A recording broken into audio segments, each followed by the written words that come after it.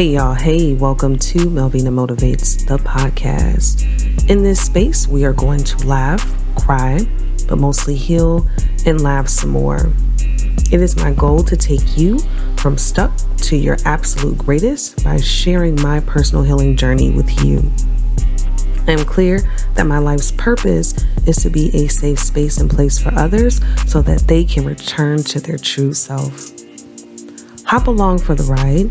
You won't be disappointed. So again, welcome to Melvina Motivates, the podcast.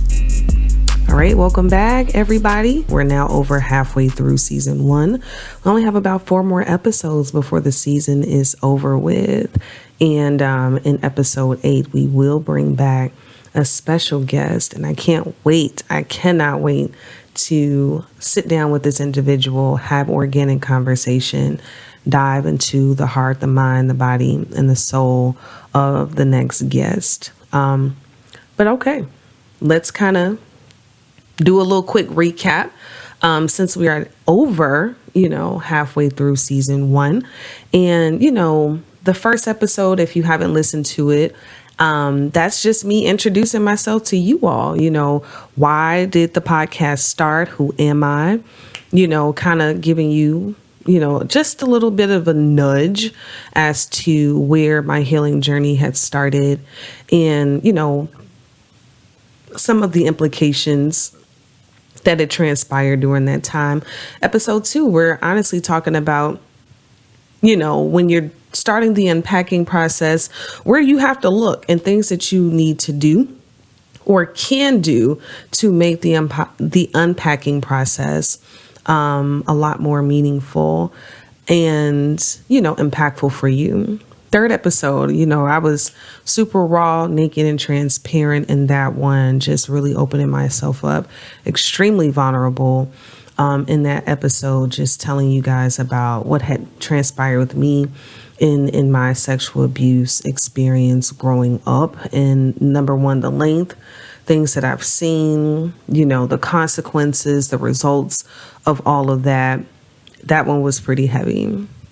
And so, that one didn't have a commercial or any questions at the end. We just went straight to healing for that one. And so, we were able to follow that one up with a dope interview with Purest himself. If you guys aren't sure and still don't know who that man is, first of all, he's the production behind Melvina Motivates, the podcast, and he is a complex individual all on his own as he continues to create amazing music.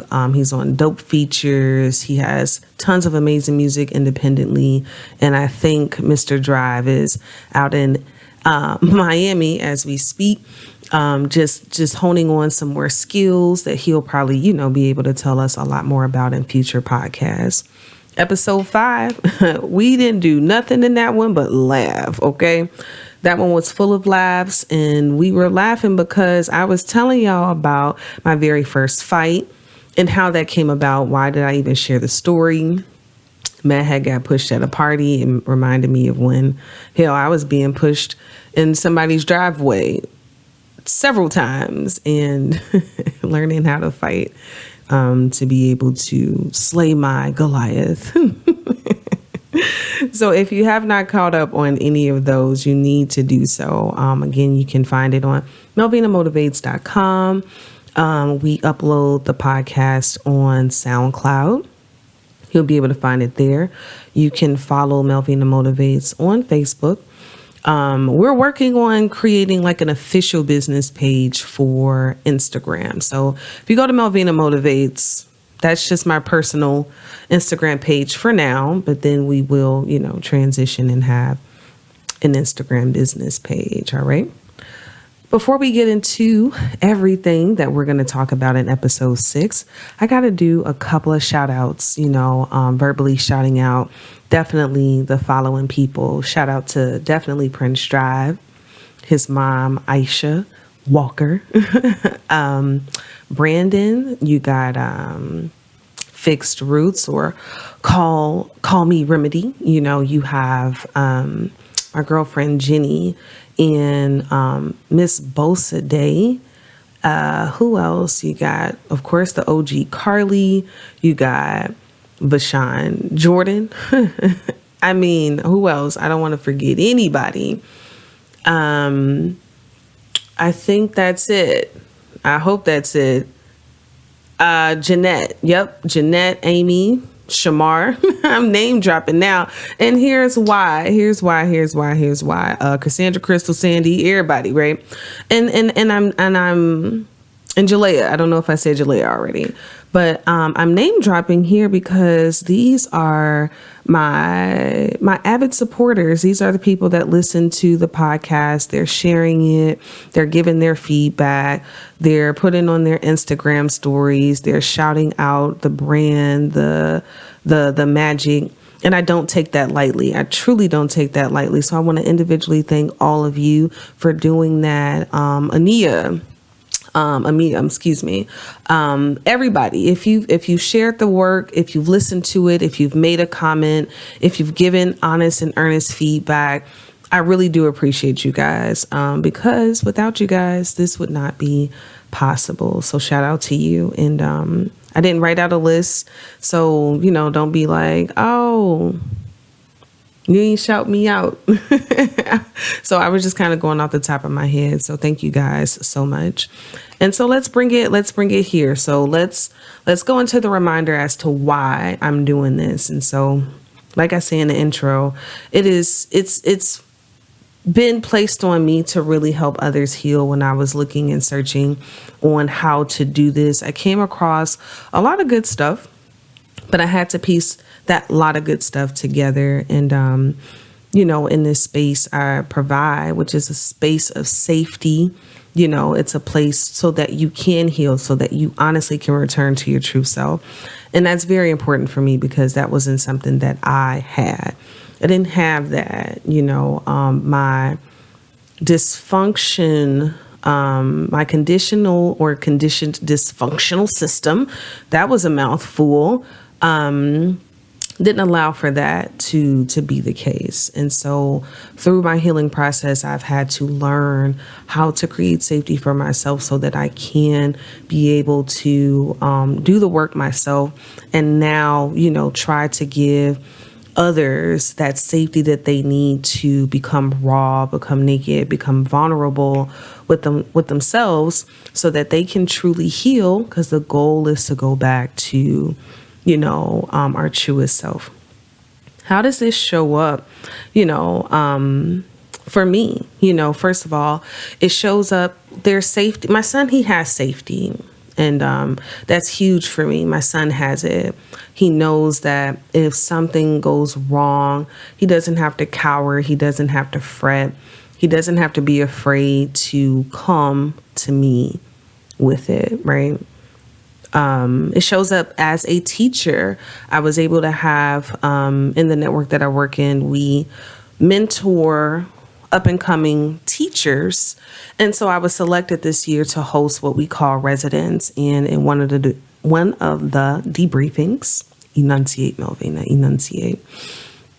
In one of the debriefings, one of the residents, she said to me, she was like, Melvina, I really see while working with you in your class, and this is virtual, guys. She was like, you really let the kids know that they matter. You really give them the space to be who they are. And that's super paramount, for me.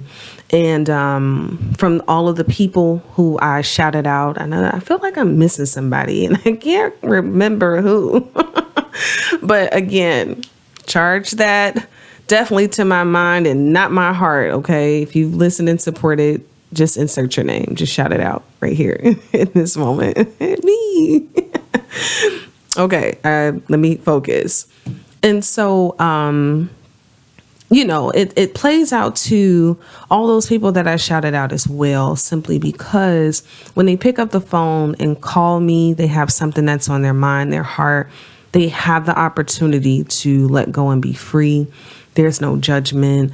And, there's divine wisdom that flows through my mouth that's able to create impact and land on their ears and their hearts and their minds. So why am I saying all that? I'm saying that because it really wasn't always like that, right? Or at least I wasn't the one to truly recognize it. Like when you're dealing with brokenness, when you're not operating at your truest self, before you can pull back that rubble, I don't know if you guys are familiar with hearing that people can see you, right? Or your spirit before you can see yourself. And based on things that I've shared thus far, I was putting myself out on blast with, me getting my ass kicked and fighting and honestly being very authentic and transparent in what I experienced being sexually abused, and even taking you guys on a little, historical ride when it comes down to, at least my maternal's side, the pathologies and the traits and cycles and things of that nature there. And at times when you're trying to unpack all of that, right, you can get lost in the sauce of who you truly are. And when I ran the information by Prince, like what this episode will be about, he texted me, he was like, yo, what we talking about this time? And what came to me at the moment, the title was, Where Am I Now? Like, I feel like it's important to share with you guys where I am currently in my healing process on this journey of the expected end, right? Along with where I am on this journey of becoming whole, right? Being able to trust me, being able to be safety for Melvina, being able to really be able to fill my cup up. And we're talking like with overflow as it flows into others. Now, prior to recording, of course, I said a prayer. And one of the things that came to me, right, was this scripture, and I want to read it in its entirety because I think it's very paramount, and it really describes exactly like where I am. So bear with me, as I get through this, and then we're going to go into some very specifics. Okay. So this is from Ecclesiastes 3:1, chapter 3, verse 1. and when I read it, I hope I don't get too emotional on here because, again, it really impacts me. It really talks about in depth, literally. It just speaks to me. So, let's get into it. All right. Again, Ecclesiastes chapter 3, verse 1. To everything there is a season and a time to every purpose under the heaven. To a time to be born and a time to die. A time to plant and a time to pluck up that which is planted, a time to kill and a time to heal, a time to break down and a time to build up, a time to weep and a time to laugh, a time to mourn and a time to dance, a time to cast away stones and a time to gather stones together, a time to embrace and a time to refrain from embracing. A time to get and a time to lose, a time to keep and a time to cast away, a time to rend and a time to sow, a time to keep silent and a time to speak, a time to love and a time to hate, a time to war and a time of peace. And I'll stop there. And as I was reading, that's not my first time reading that scripture, everybody. But in this moment, literally, as I'm reading it, there's a time for literally everything. A time for everything. And where I am right now, I am literally in a time where there's no speaking that's needed. I'm in a time where there's no time to cast stones. I'm there. I'm goodness gracious. Let me get it together because I feel this one, right? I had to open the Bible back up because I want to make sure that there are some things that I do want to point out. In this moment, I'm definitely in mourning. I've been weeping so much. I've been doing another layer of healing during this time. And there's definitely a point in where I am where there's a period where I do have to refrain. And I'm not going to lie to y'all, it's hard. It's hard being here. And what makes it hard is the simple fact that facing realities of things. And so, just stay with me here, as the pastors would say, as they would say. It's hard being in this space simply because based on how I grew up, based on things that I've experienced, there was a part of me that had to be the faux Melvina. I had to create a world that I could manage in order for me to be here. Okay. And that meant to compartmentalize. There were people who were placed on pedestals. There were people who I was asked to respect and give respect to that didn't deserve it. Excuse me. There were individuals that, who left and now they're back. And it's just like, God, what do I do? What do I do with this? Right. And in this very moment, I've had to face the reality of who these individuals are, truly who they are at their core, and get into a place of accepting who they are. Right. And I emphasize on accept who they are because I did not accept. First of all, when you're conditioned in dysfunction, your dysfunction is then your normal. It's become normalized. When the abnormality becomes normal, there's a certain mindset that you have to function in order for you to not shake the system, to not fuck it up, to not agitate it, aggravate it, and going with the flow.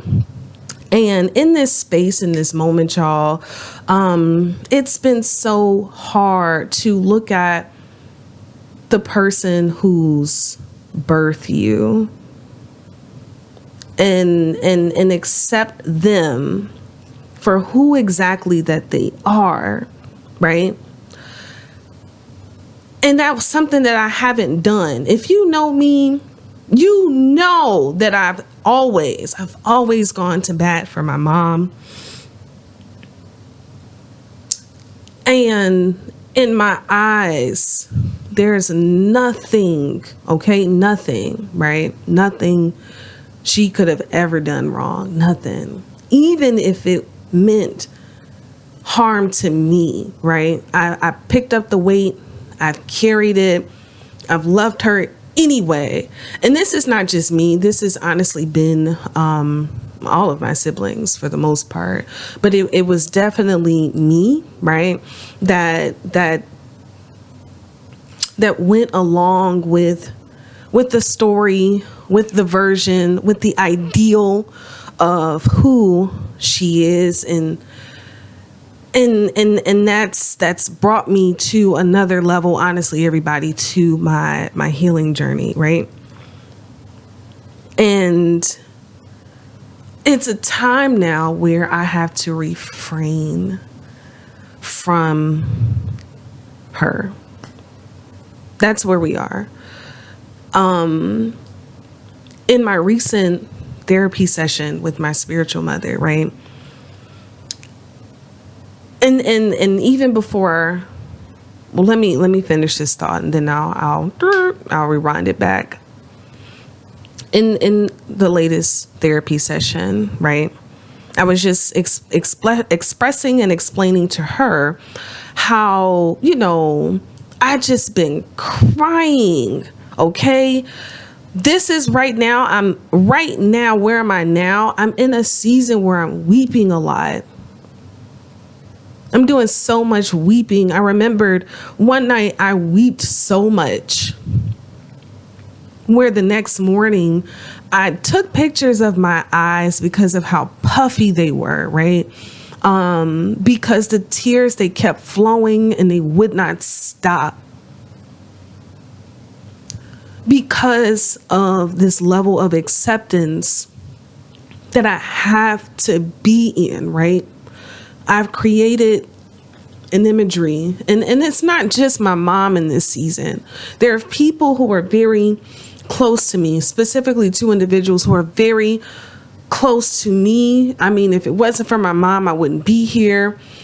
If it wasn't for the other individual, somebody else wouldn't be here. And I'll leave it at that. But I've told myself a different story about who they are. And as I've unpacked my own rubble, as I've gotten clear about their stories, as I've gotten clear about my journey, as I've accepted it, as I've taken away the guilt and the shame that the sexual abuse has caused me, right? I'm able to honestly see clearly now, right, that the rubble and that the pain, right, is gone. Though you hear it in my voice, it's still there. But in this season, I'm mourning, I'm weeping, I'm refraining, I'm setting boundaries. Those are the things that I'm doing right now because of the work that I've put in before. There was a time where I literally I had to start plucking up those things that were planted that I didn't plant. And now as I'm transitioning into the harvest of things, right, there are some things that have to be done. And one of the things is acceptance, right? If anybody is familiar with the grief cycle, man, that grief cycle takes you through, it takes you through some stages. And the stage of where I am is acceptance. You would think that acceptance is kind of like the easy part, right? You go through denial, you go through like anger because you become mad at the lost, and the loss doesn't have to be literally a dead, like somebody's buried 6 feet under. Like the loss could be you detaching emotionally, spiritually, psychologically from a person. And I'm gonna be honest, I done forgot the other parts of the grief cycle. Guess what though? You can look it up. I know that you start off in denial, and I know that you end in acceptance. And this acceptance part, y'all, I'm not gonna lie, it's been getting me, in a way that I don't know if I'd never started my own work, if I would be in a space where I can truly accept, right? Some people, when they're dealing with acceptance, some people have a nervous breakdown in acceptance. Others, you find themselves in mental insane asylums. Others, you find them or hear about them passing away due to a broken heart. And in this time, that's not my reality. I'm able to pick up the microphone and really be transparent and share with you guys about, again, where I am now. All right. So let's really kind of get into some context here. All right. So I have not spoken right now to my mom in over a month. And that's not something that's common for me.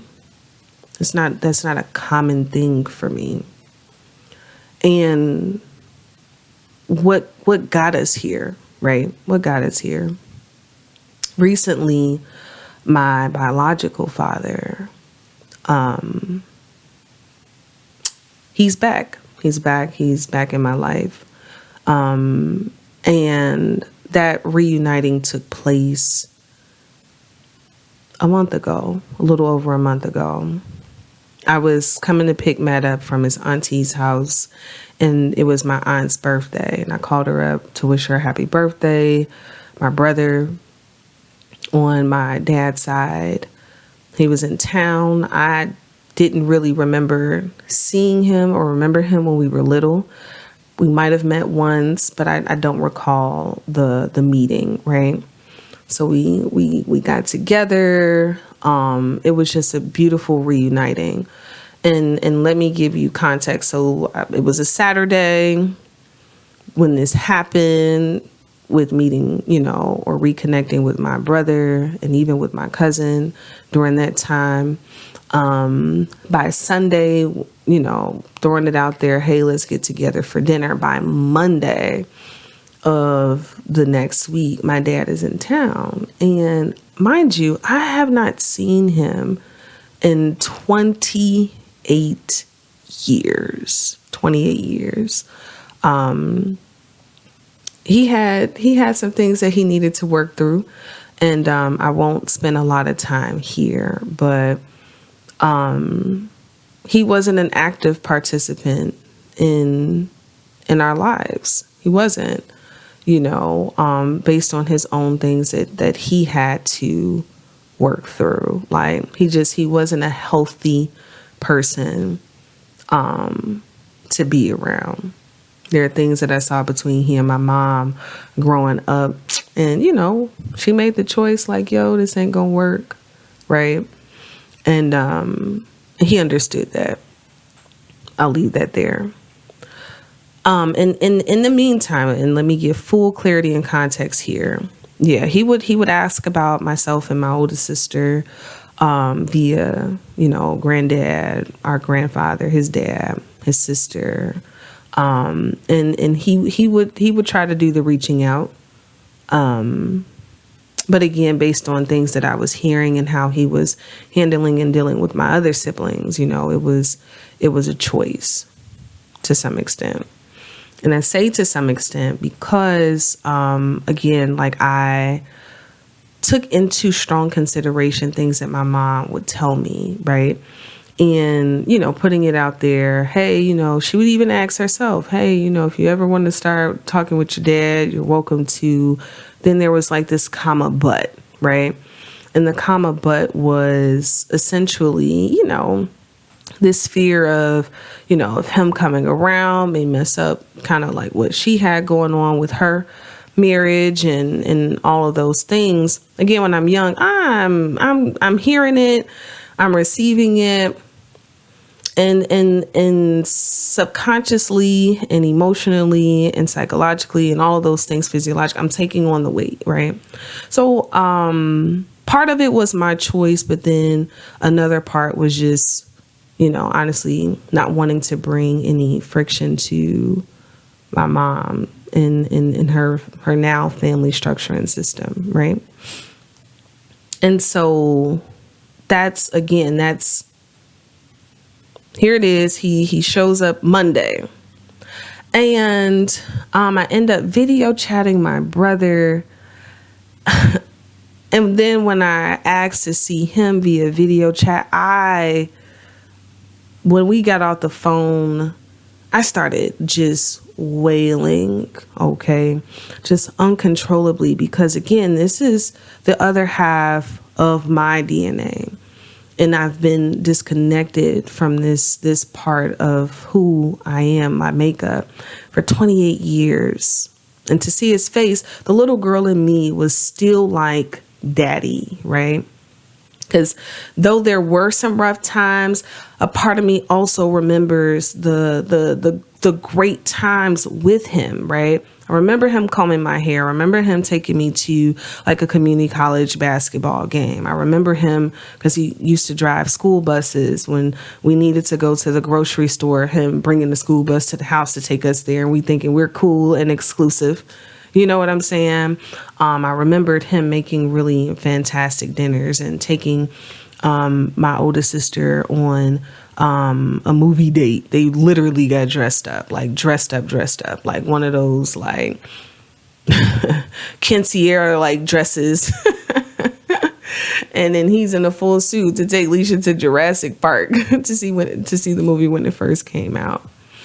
And to have been disconnected from someone like that for so long, right? Where you have this balance of seeing their good and their bad, right? Him and my mom fighting and, all of that stuff. To see it right in front of my face, right? After almost 30 years, I couldn't do nothing but cry. Like, I didn't cry in front of him, but it took me a while to get it together. And I was so disturbed because what also led to this meeting is his health.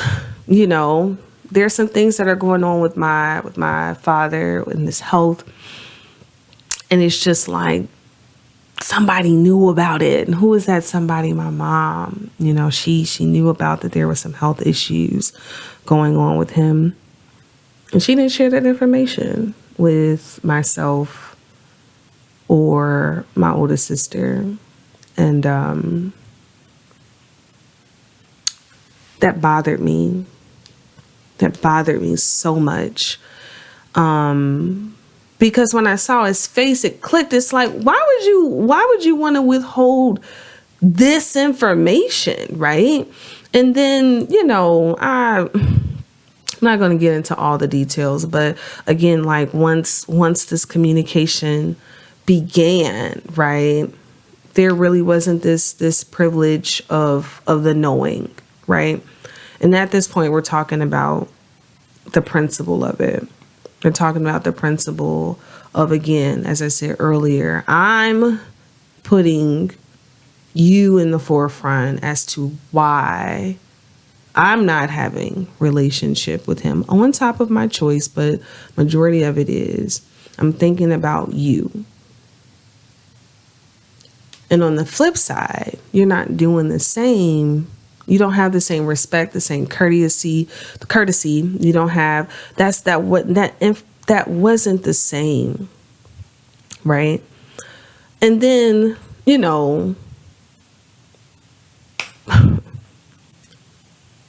next day or so, there was this,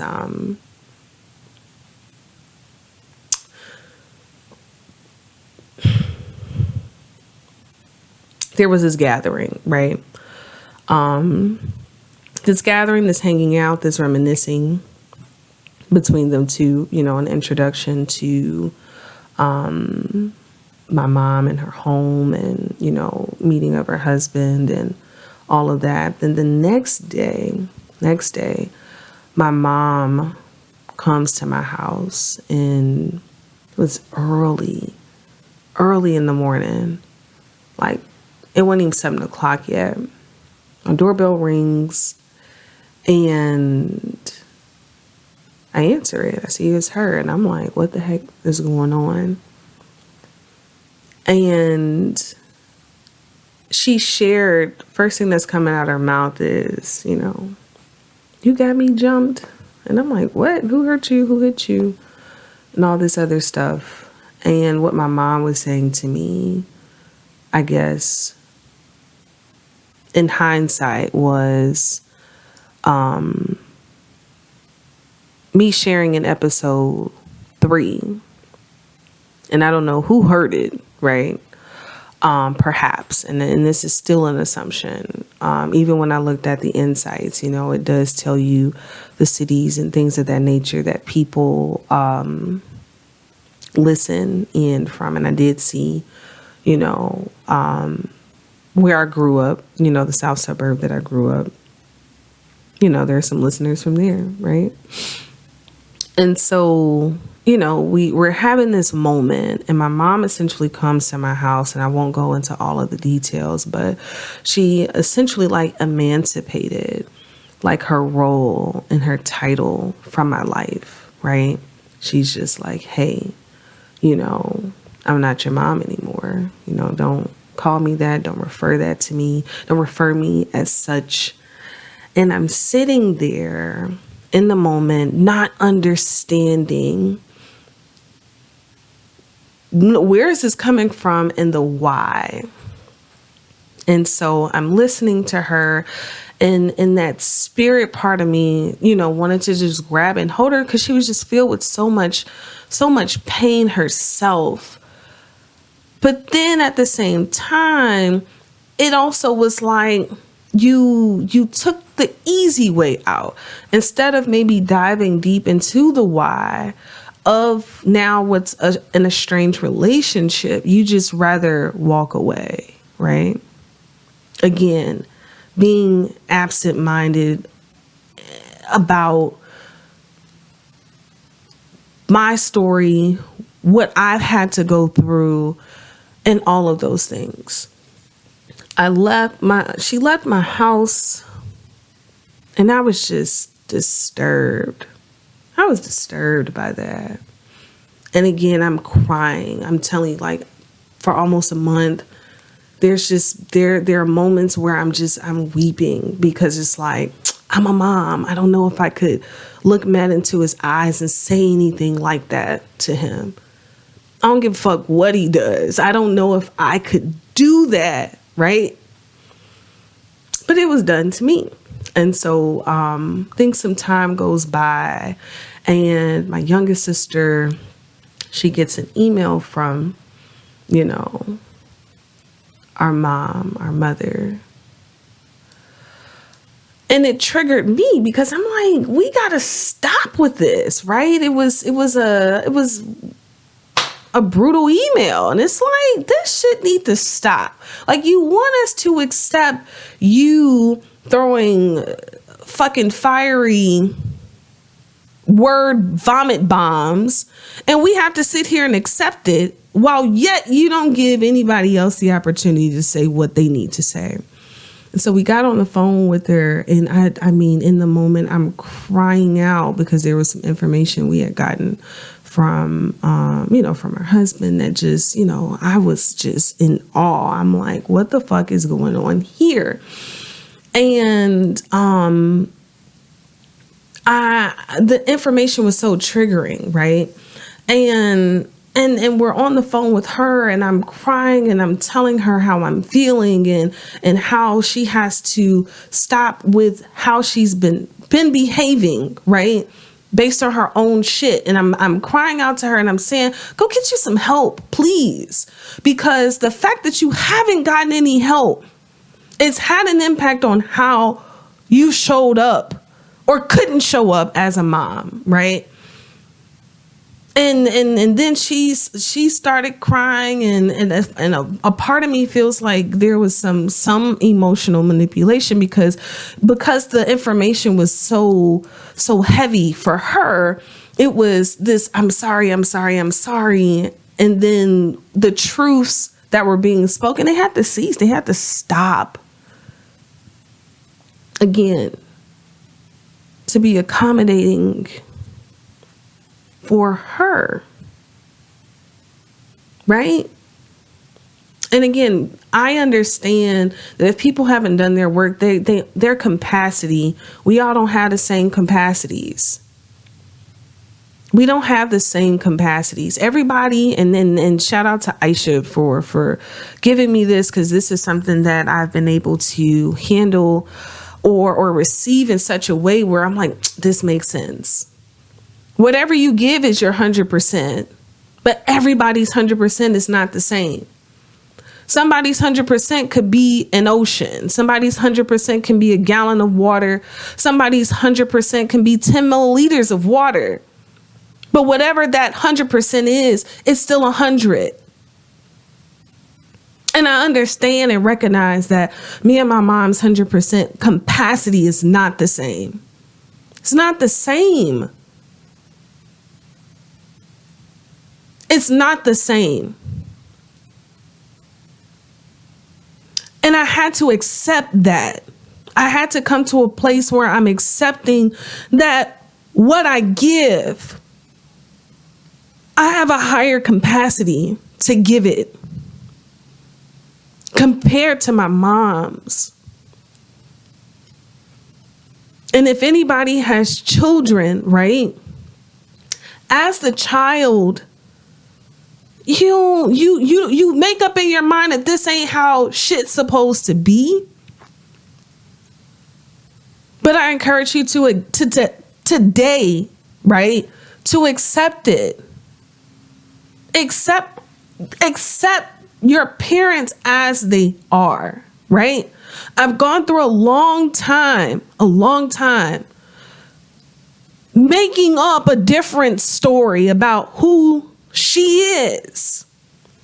Because I needed to say to myself, I had to tell myself a different story, right?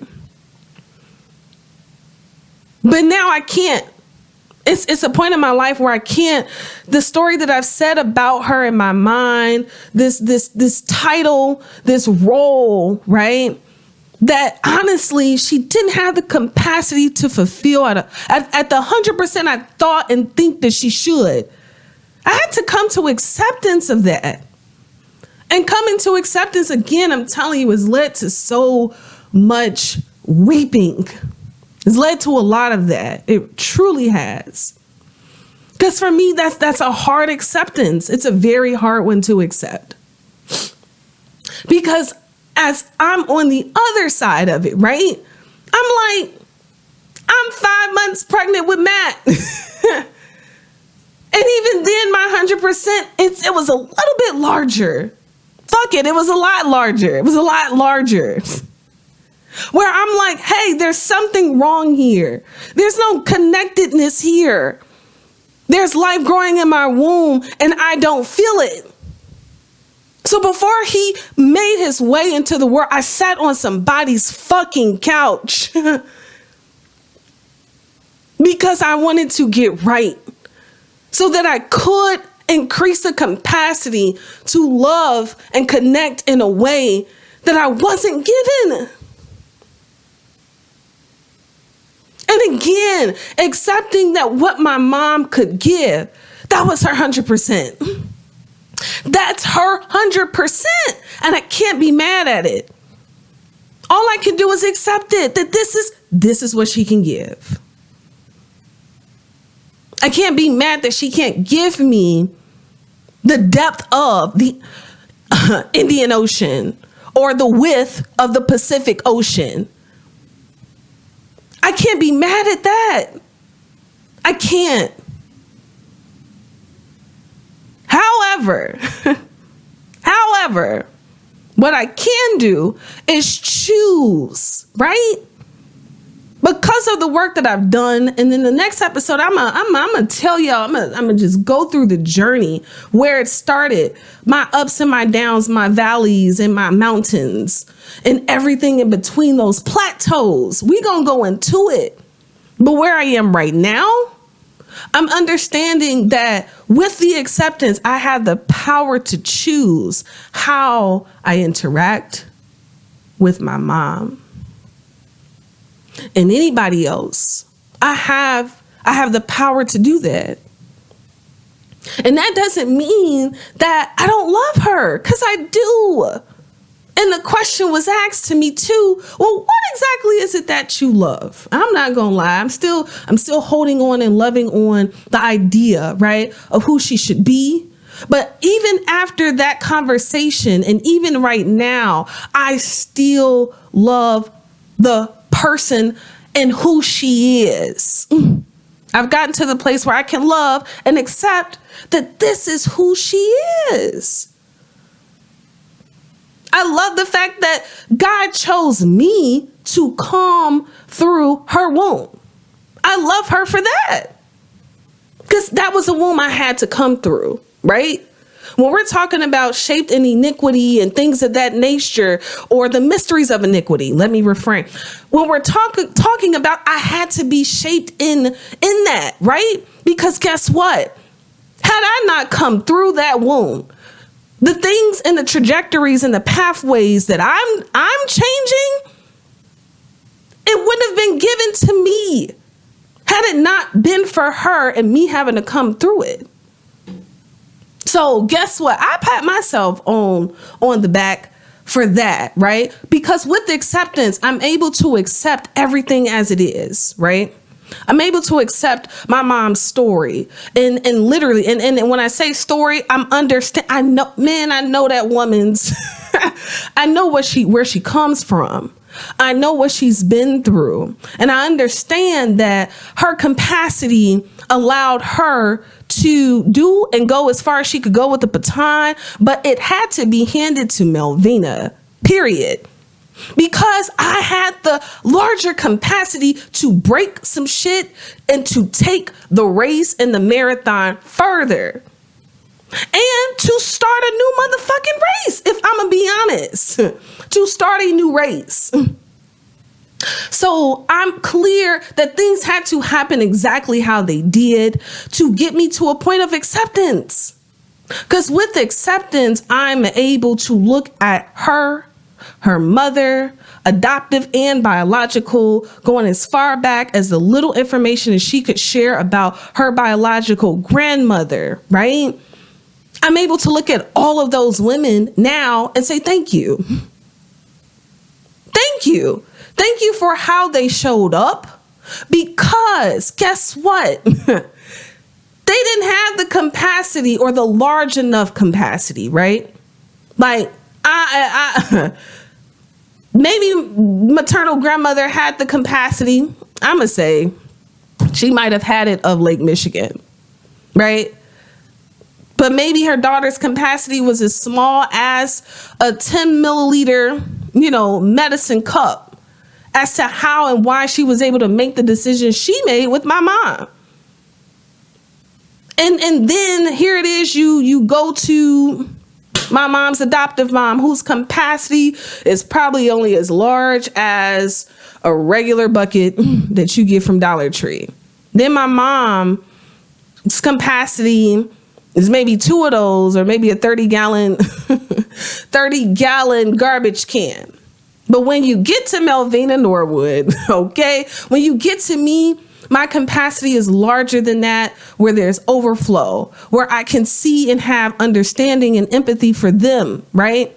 I can have the capacity to accept them as they are and still love them. Because without all of them, right? Number one, my mom wouldn't be here. And if she wasn't here, I wouldn't be here.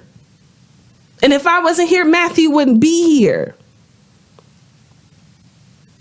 And so for me, there's this grandeur outlook that I can now accept all of them as they are, so that I can continue to move this family's trajectory, number one, in a different path, a better path, because I have the capacity to do so.